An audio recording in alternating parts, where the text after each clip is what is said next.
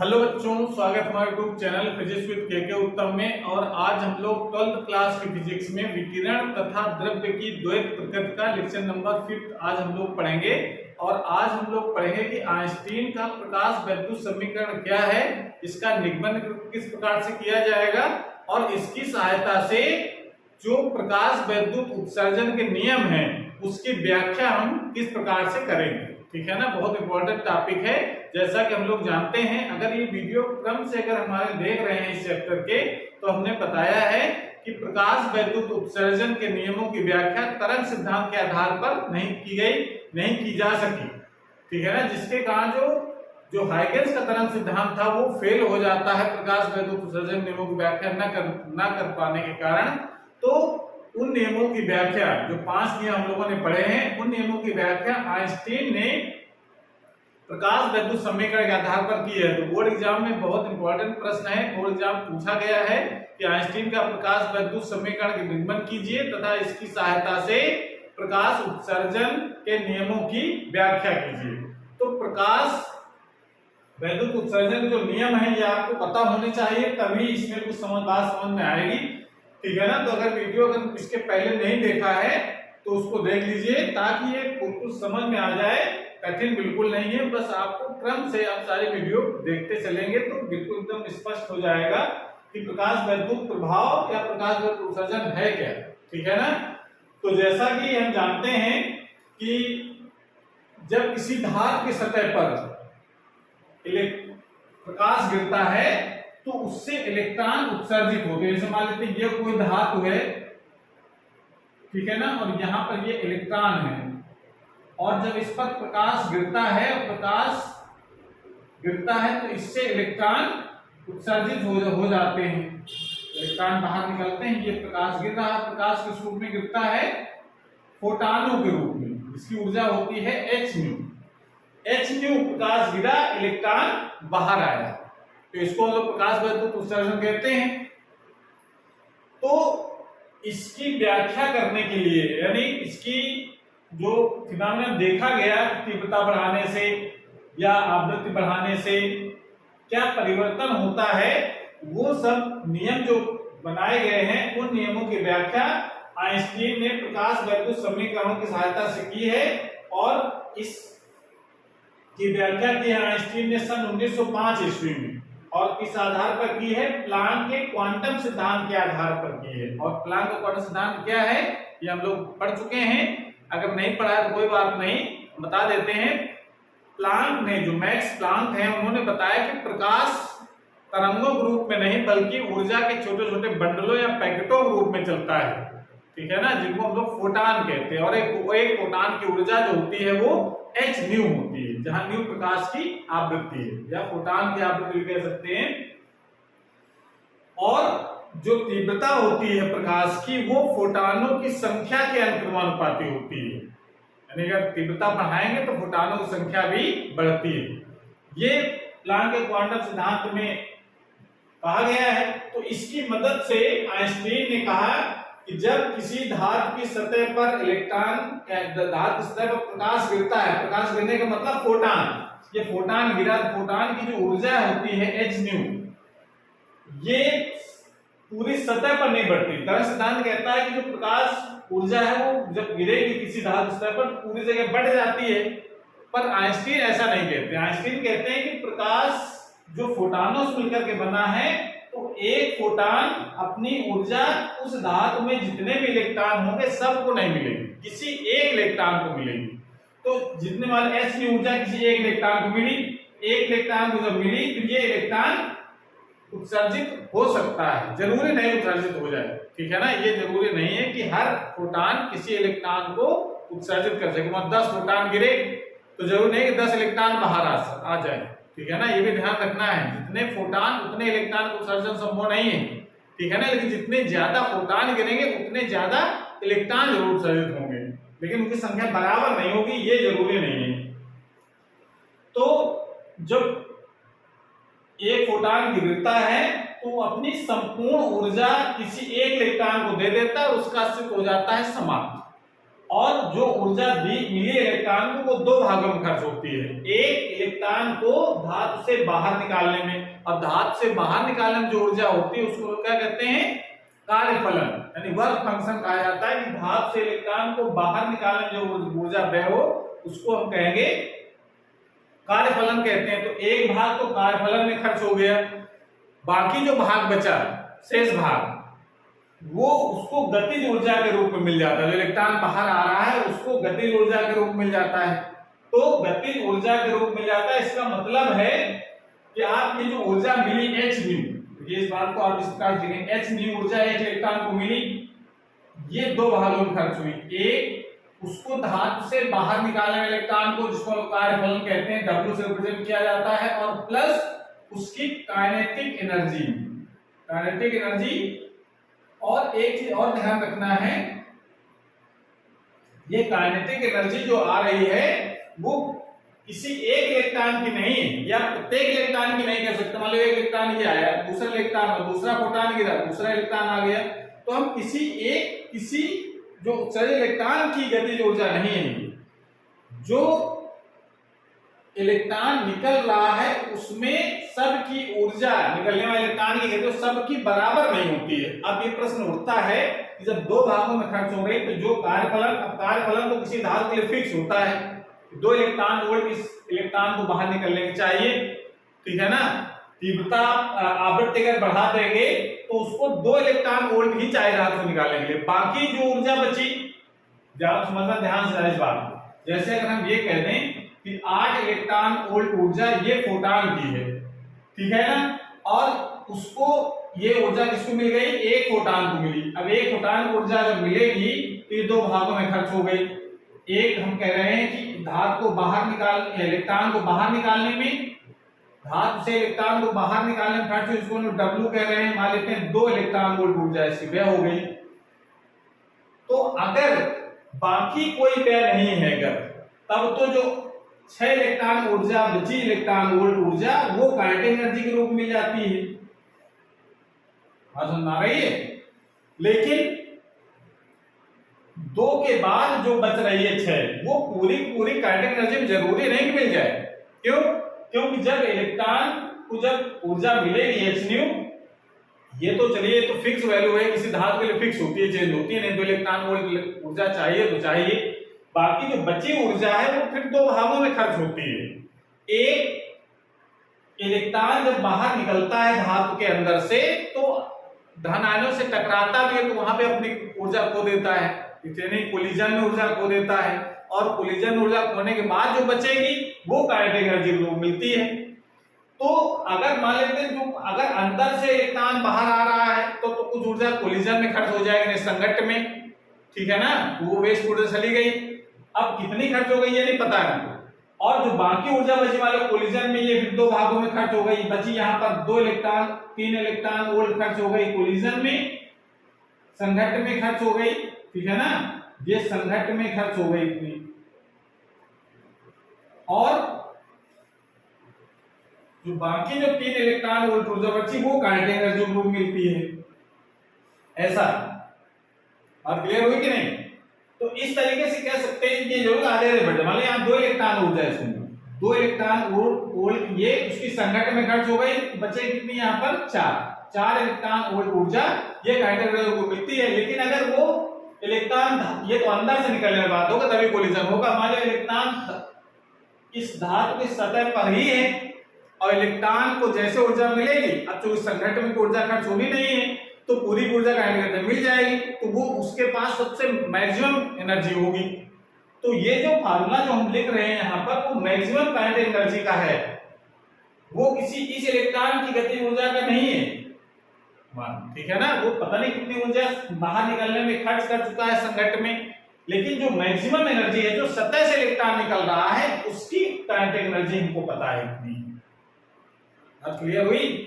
यानी हमारा उद्देश्य यह है कि हम ये कह रहे हैं कि कोई इलेक्ट्रॉन बाहर निकल रहा है तो उसकी कितनी ऊर्जा है ये हम नहीं जानते हैं, लेकिन मैक्सिमम कितनी ऊर्जा इलेक्ट्रॉन बाहर निकलेगा ये हमको पता है, और वो हम लिख रहे हैं काइनेटिक एनर्जी मैक्सिमम, ठीक है। तो ये बात यहाँ पर आपको ध्यान रखनी है कि जो फोटॉन ऊर्जा देता है वो दो भागों में खर्च होती है। एक वर्क फंक्शन यानी धातु से इलेक्ट्रॉन को बाहर निकालने में, वो हर धातु के लिए फिक्स वैल्यू होती है, ये धातु की प्रकृति पर निर्भर करती है, ठीक है ना, उसकी इम्प्योरिटी पर निर्भर करती है। लेकिन काइनेटिक एनर्जी, जो मैक्सिमम काइनेटिक एनर्जी है, वो वाली ऊर्जा है जो आपस में लड़ने झगड़ने के बाद जो बची, वो ऊर्जा यहां पर नहीं है। काइनेटिक एनर्जी की ऊर्जा जो लड़ने झगड़ने में खर्च हो गई तो मैक्सिमम कहां रहेगी, तो कम हो जाएगी। जो लड़ने झगड़ने में जो ना खर्च हो, यानी संघर्ष में जो ना खर्च हो, यानी जो सतह से इलेक्ट्रॉन निकल रहा हो उसकी ऊर्जा कितनी है, वो है मैक्सिमम काइनेटिक एनर्जी। क्लियर हुआ?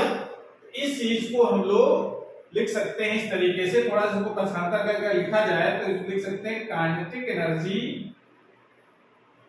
Maximum is equal to H nu minus W. ये लिख सकते हैं। इसको आप क्वेश्चन नंबर डालेंगे फर्स्ट। ये बात क्लियर हुई?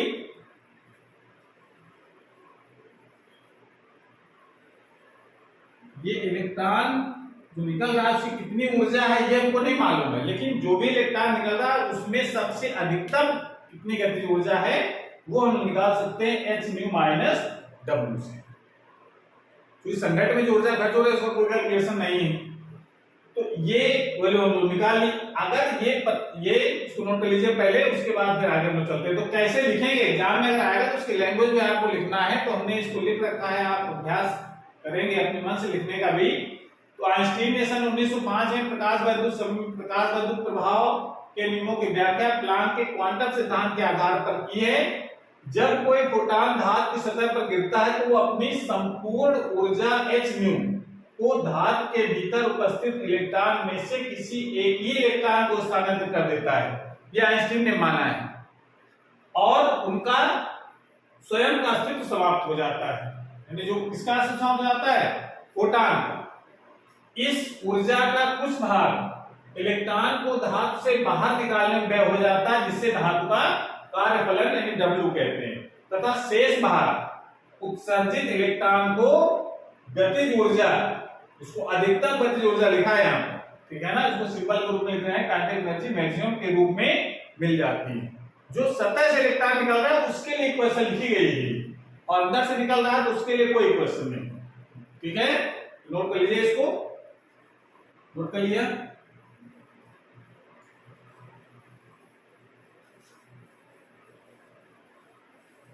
फिर आगे इसी बढ़ते हैं हम लोग, और इसमें यदि दी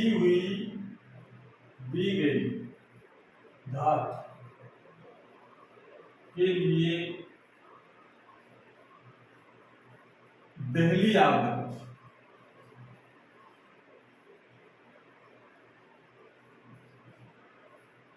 आवृत्ति न्यू नॉट है 2। द्वितीय धातु के लिए देहली आवृत्ति, धातु बदल जाएगी तो देहली आवृत्ति का मान भी बदल जाता है, क्योंकि जो भी धातु हम ले रहे हैं उसके लिए देहली आवृत्ति अगर न्यू नॉट है तो W का मान कितना होता है हमको पता है, H न्यू नॉट। इतनी ऊर्जा उस धातु से इलेक्ट्रॉन को बाहर निकालने में हो जाएगी, ठीक है ना। तो W बराबर H न्यू नॉट, इसलिए ये जरा W का मान हम समीकरण नंबर 1 में रखेंगे। आप लिख सकते हैं यहाँ पर W का मान समीकरण 1 में रख दीजिए, तो यहां जाएगा kinetic energy maximum is equal to H nu minus H nu naught. ये लिखा जा सकता है। यदि अब आगे तक काइनेटिक एनर्जी होगी कितनी, तो यदि उत्सर्जित इलेक्ट्रॉन का अधिकतम वेग V मैक्सिमम हो तो काइनेटिक एनर्जी मैक्सिमम का मान कितना हो जाएगा, 1/2 m इलेक्ट्रॉन का द्रव्यमान है, ठीक है ना, m इलेक्ट्रॉन का द्रव्यमान और इलेक्ट्रॉन का अधिकतम वेग, 1/2 m v मैक्सिमम स्क्वायर, ठीक है ना। इसलिए आप लिख सकते हैं, ये वाली जगह लगा देंगे समीकरण नंबर ऊपर वाले में यहाँ, तो ये हो जाएगा, लिख सकते हैं इसको 1/2 m v maximum square is equal to h nu minus h nu naught, ठीक है। या इसको लिखा जा सकता है, या तो हम लोग क्या लिख सकते हैं,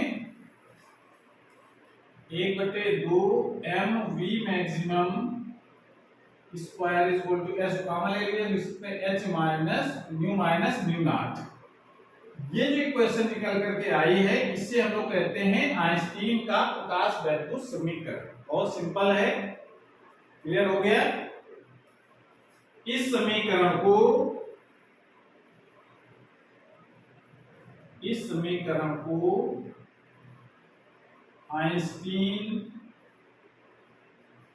आइंस्टीन का प्रकाश वैद्युत समीकरण कहते, ये बहुत इंपॉर्टेंट, न्यूमेरिकल के लिए बहुत इंपॉर्टेंट है, इसको आपको याद रखना है एकदम से, और इसका डेरिवेशन भी आपको तैयार कर लेना है, और उसके आधार पर, यानी आइंस्टीन का जो प्रकाश वैद्युत समीकरण है, इसके आधार पर जो प्रकाश वैद्युत उत्सर्जन नियम है उसकी व्याख्या हम लोग कैसे करेंगे, ठीक है ना। तो अब हेडिंग लगा लीजिए, आइंस्टीन के प्रकाश वैद्युत समीकरण से प्रकाश वैद्युत उत्सर्जन के नियमों की व्याख्या, ये नहीं लगाएंगे, और इसको एक एक करके जो 5 नियम हम लोगों ने पढ़े हैं उसकी व्याख्या किस तरीके से की है आइंस्टीन ने, इसको हम लोग देखते हैं, ठीक है। इसको नोट कर लीजिए, उसका हेडिंग लगाएंगे आगे। तो हेडिंग लगा लीजिए, आइंस्टीन द्वारा प्रकाश वैद्युत उत्सर्जन के नियमों की व्याख्या, बहुत इंपॉर्टेंट टॉपिक है। तो इस आइंस्टीन ने प्रकाश वैद्युत उत्सर्जन की व्याख्या किसके आधार पर की है, प्रकाश वैद्युत समीकरण जो हम लोग डेरिवेशन किया है अभी, 1/2 m v maximum square is equal to h nu minus h nu naught, जहां पर m ये उत्सर्जित इलेक्ट्रॉन का द्रव्यमान है, v है उत्सर्जित इलेक्ट्रॉनों का अधिकतम वेग, h प्लैंक नियतांक है, न्यू है आपतित प्रकाश की आवृत्ति, और न्यू नॉट है, इसको हम लोग कहते हैं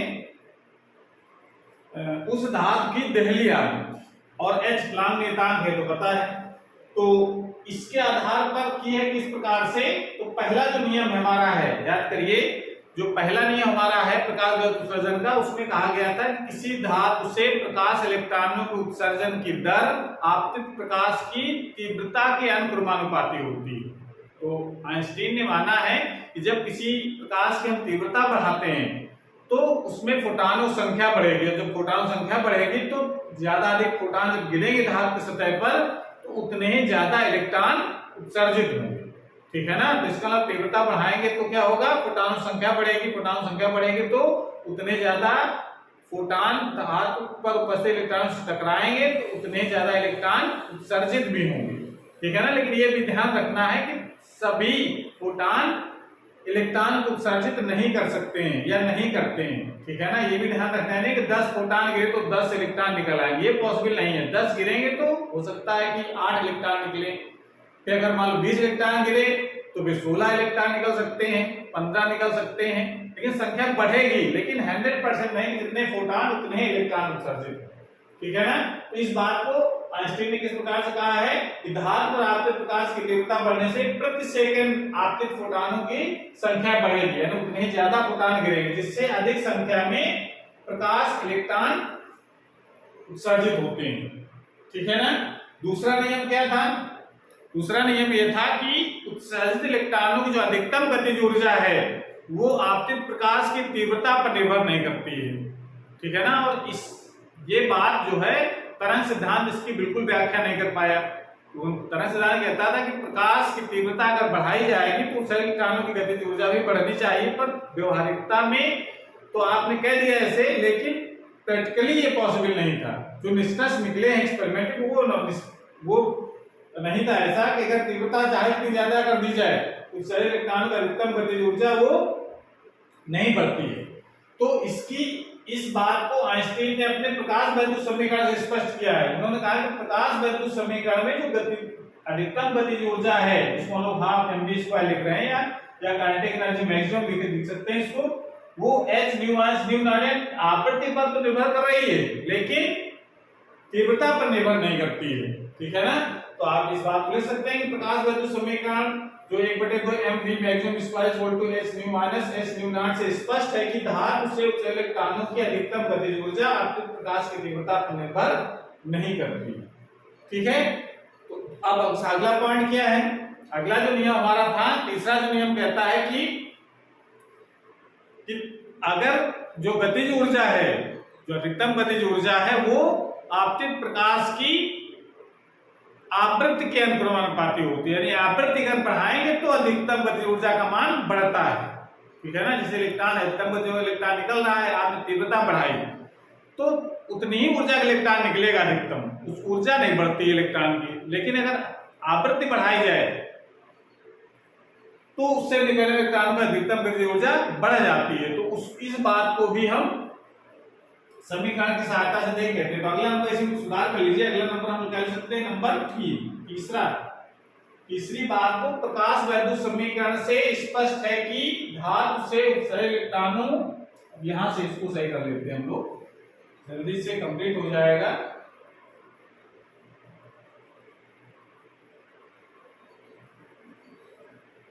उत्सर्जित इलेक्ट्रॉनों की अधिकतम गतिज ऊर्जा, अधिकतम गतिज ऊर्जा आपतित प्रकाश की आवृत्ति न्यू के बढ़ाने पर बढ़ती है।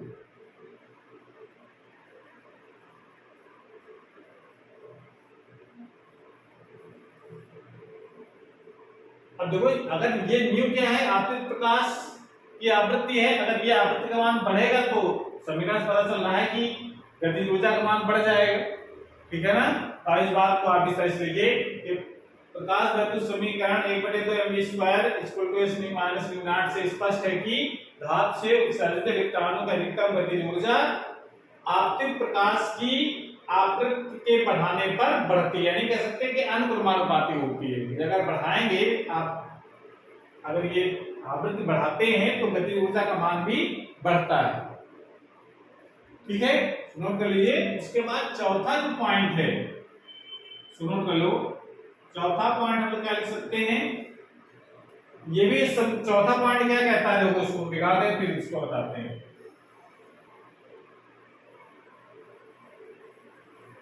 नियम याद करिए, चौथा वाला क्या था कि अगर आपतित प्रकाश की आवृत्ति एक निश्चित मान से कम है तो तीव्रता का मान चाहे जितना ज्यादा हो, इलेक्ट्रॉन किसी भी दशा में उत्सर्जित नहीं हो सकते हैं या नहीं होते हैं। तो इस समीकरण से स्पष्ट होता है, प्रकाश वैद्युत समीकरण से स्पष्ट है कि यदि nu is less than nu not है, यानी आपतित प्रकाश की आवृत्ति अगर उसकी देहली आवृत्ति से कम है तो अधिकतम गतिज ऊर्जा, अधिकतम गतिज ऊर्जा कैसी हो जाएगी, देखिए ऋणात्मक। ये इसकी वैल्यू अगर ज्यादा है, इसकी वैल्यू कम है तो वैल्यू कैसी आएगी, ऋणात्मक आ जाएगी, ठीक है ना। तो गतिज ऊर्जा ऋणात्मक होगी। अतः धातु से कोई भी इलेक्ट्रॉन उत्सर्जित नहीं होगा, ये कंडीशन है। अगर आवृत्ति का मान कम करते चले जाएं तो एक ऐसा मान आ जाएगा कि गतिज ऊर्जा कैसी हो जाएगी, ऋणात्मक। गतिज ऊर्जा ऋणात्मक हो जाएगी तो फिर जब गतिज ऊर्जा ही ऋणात्मक हो गई, इसका मतलब क्या है कि कोई भी इलेक्ट्रॉन बाहर नहीं निकलेगा। ठीक है ना, बात क्लियर हो गया। इस तरीके से आप इसको लिख सकते हैं। प्रकाश वैद्युत समीकरण 1/2 maximum square equal to h minus nu naught से स्पष्ट होता है कि यदि nu is less than nu naught तो अधिकतम गतिज ऊर्जा कैसी हो जाएगी, ऋणात्मक। अतः धातु से कोई भी इलेक्ट्रॉन उत्सर्जित नहीं होगा। ये कंडीशन है हमारी चौथी वाली बात को एक्सप्लेन कर दिया उन्होंने। ठीक है ना, सो नोट कर लीजिए। उसके बाद इसमें हम लोग 5वां नंबर आप लिख सकते हैं, धातु पर आपतित फोटॉन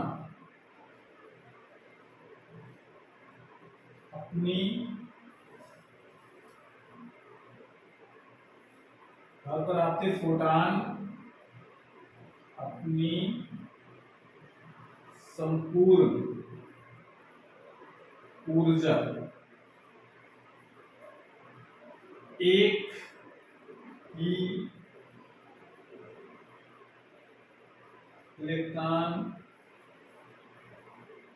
को दे देता है या स्थानांतरित कर देता है, कुछ भी कह सकते हैं। धातु पर आपतित फोटॉन अपनी संपूर्ण ऊर्जा एक ही इलेक्ट्रॉन को दे देता है, इसलिए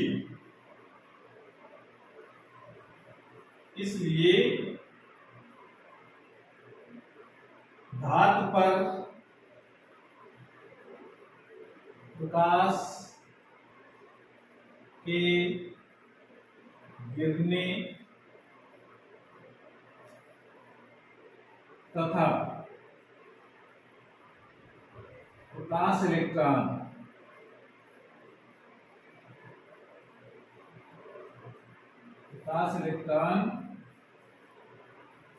के उत्सर्जन के बीच समय पश्चता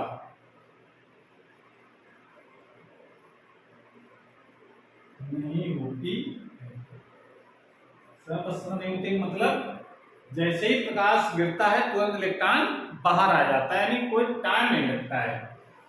तो इस बात को आप इस प्रकार देखिए। जो 5वां नियम हमारा क्या था, 5वां नियम ये था कि प्रकाश के गिरने और धातु से इलेक्ट्रॉन को उत्सर्जित होने के बीच कोई समय पश्चता नहीं होती है। जबकि तरंग सिद्धांत कहता है कि धातु से इलेक्ट्रॉन को निकलने में कुछ समय लगेगा, प्रकाश गिरते इलेक्ट्रॉन उत्सर्जित नहीं होंगे, तरंग सिद्धांत कह रहा था। लेकिन प्रैक्टिकली ये संभव नहीं था ऐसा। प्रैक्टिकल जो देखा गया वो देखा गया प्रकाश गिरते ही इलेक्ट्रॉन बाहर आ जाते हैं, लगभग 10⁻9 सेकंड का समय लगता है। ठीक है ना, बहुत कम समय, तो लगेगा कि तुरंत इलेक्ट्रॉन बाहर आ गया है। तो आइंस्टीन ने क्या बात कही, उन्होंने कहा कि इलेक्ट्रॉन तरंग सिद्धांत कह रहा था कि ऊर्जा पूरे सतह पर बटेगी, फिर उसके निकलने भर के लिए ऊर्जा जब इकट्ठा हो जाएगी तब इलेक्ट्रॉन बाहर आएगा। लेकिन उन्होंने कहा कि अगर फोटॉन में इतनी ऊर्जा है, ऊर्जा किस पर निर्भर कर रही है, तीव्रता पर, सॉरी आवृत्ति पर। तो आवृत्ति अगर एक निश्चित आवृत्ति का अगर प्रकाश है, यानी उसमें फोटॉन पर्याप्त ऊर्जा है, तो वो ऊर्जा इलेक्ट्रॉन को मिलेगी और वो इलेक्ट्रॉन बाहर आ जाएगा। अगर आना उतनी ऊर्जा है तो, और नहीं अगर आना है तो फिर ऐसा नहीं कुछ देर बाद आएगा, उसको ऊर्जा बाद में इकट्ठा नहीं मिल पाएगी। जो मिलेगी तो पहले ही मिल जाएगी, उसके बाद में थोड़ा थोड़ा इकट्ठा नहीं होती है। ये आइंस्टीन का कथन है। तो उन्होंने कहा कि धातु पर आपतित फोटॉन अपनी संपूर्ण ऊर्जा एक ही इलेक्ट्रॉन को दे देता है, इसलिए धातु पर प्रकाश के गिरने तथा प्रकाश इलेक्ट्रॉन के उत्सर्जन के बीच कोई समय पश्चता नहीं होती है। तो इस प्रकार से पांचों नियमों की व्याख्या आइंस्टीन ने अपने प्रकाश वैद्युत समीकरण के आधार पर की है। ठीक है ना, सो नोट कर लीजिए। और उसके बाद एक बहुत छोटी सी बात है लेकिन है महत्वपूर्ण, उसको भी हम लोग समझ लेते हैं।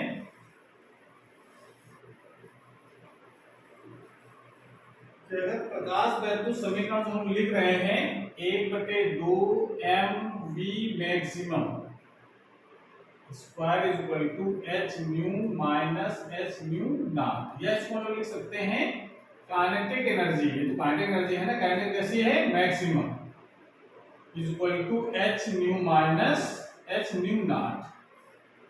इसका मतलब इस समीकरण का मतलब जैसे जैसे अगर हम आवृत्ति का मान बढ़ाएंगे वैसे वैसे काइनेटिक एनर्जी का मान बढ़ता है, ठीक है ना। ये प्रैक्टिकली देखा गया। तो इस समीकरण की सहायता से हम आवृत्ति और काइनेटिक एनर्जी के ग्राफ अगर खींचे तो ग्राफ कैसा दिखे, तो अगर हम ग्राफ अगर खींचते हैं तो देखिए ग्राफ का इतना महत्व है। इस तरफ रखते हैं आवृत्ति, यानी आपतित प्रकाश की आवृत्ति हो गई न्यू, और इस y-अक्ष में रखा जाता है काइनेटिक एनर्जी, इसको हम लोग लिख रहे हैं काइनेटिक एनर्जी मैक्सिमम, ठीक है ना। अगर आवृत्ति का मान बढ़ाएंगे तो काइनेटिक एनर्जी का मान बढ़ेगा, तो उसका ग्राफ कुछ इस तरीके का प्राप्त होता है। ग्राफ बिल्कुल सीधा, और एक निश्चित मान से अगर कम है, यानी एक निश्चित मान ये वाला कम तो इधर तरफ आएंगे, एक निश्चित मान पर अगर है आवृत्ति तो काइनेटिक एनर्जी कितनी हो जाएगी, 0, ये इसका मूल बिंदु है। और उससे अगर कम अगर आती है तो फिर कोई भी इलेक्ट्रॉन उत्सर्जित नहीं होता। इसको डॉटेड हम लोग दिखाते हैं। ये जो हिस्सा आता है ग्राफ का, इसको अगर को ए लिख दिया जाए तो ये जो ग्राफ का हिस्सा आता है वो ग्राफ, ये जो समीकरण है वो इस समीकरण से कंपेयर करने से बाद ही बनता है। y बराबर mx माइनस c, एक नेचुरल लेवल समीकरण होता है जहां पर x तो न्यू है, ठीक है ना, और c है y इस पर काटा गया अंतःखंड, और y और m है उसकी प्रवणता, यानी उसका स्लोप कितना है, ठीक है ना। तो इसका स्लोप का मतलब हो गया कि ये जो एंगल बन रहा है उसको उसका टेंजेंट, आप उसको आप स्लोप या उसको ढाल लिख सकते। स्लोप ये इसका मान कितना है अगर कंपेयर कराएंगे तो इसका मतलब न्यू की जगह तो x लिखा है, m की जगह क्या लिखा है h, तो स्लोप इसका h है। स्लोप को हम लोग क्या कहते हैं, ढाल, स्लोप मतलब ढाल, ठीक है ना। तो इसकी स्लोप, इसका एग्जांपल दिया तो इसका रेखा का ढाल बताओ कितना होगा, तो ढाल का मतलब h। अगर ग्राफ इसके बीच खींचा गया है काइनेटिक एनर्जी और आवृत्ति के बीच में, ठीक है ना, और ये जो वैल्यू जो दिख रही है ये y पर काटा गया अंतःखंड है, उसके बराबर c कितना है, h न्यू नॉट, सुनो कार्य फलन भी है। तो कभी कभी ग्राफ बना होता है और पूछ लिया जाता है कि इसका स्लोप बताओ कितना होगा या इसका कार्यफलन बताओ कितना होगा, तो कार्यफलन जो यहाँ पर लिखा होगा ग्राफ में वो इसका कार्यफलन हो जाएगा, ठीक है ना। तो इस तरीके से हम लोग इस ग्राफ के बारे में थोड़ी जानकारी आपको रखना है। एक नंबर पूछ लिया जाता है कि काइनेटिक एनर्जी और आवृत्ति के बीच ग्राफ खींचा जाए तो इसका इस ग्राफ का स्लोप कितना होगा। स्लोप मतलब समझ रहे हैं ना, स्लोप का मतलब होता है कितना कोण बन रहा है उसका टेंजेंट। तो आप इसमें लिख सकते हैं इससे कि तुलना y बराबर mx प्लस c से करने पर रेखा का ढाल, इसको इंग्लिश में क्या कह रहे हैं हम लोग, स्लोप,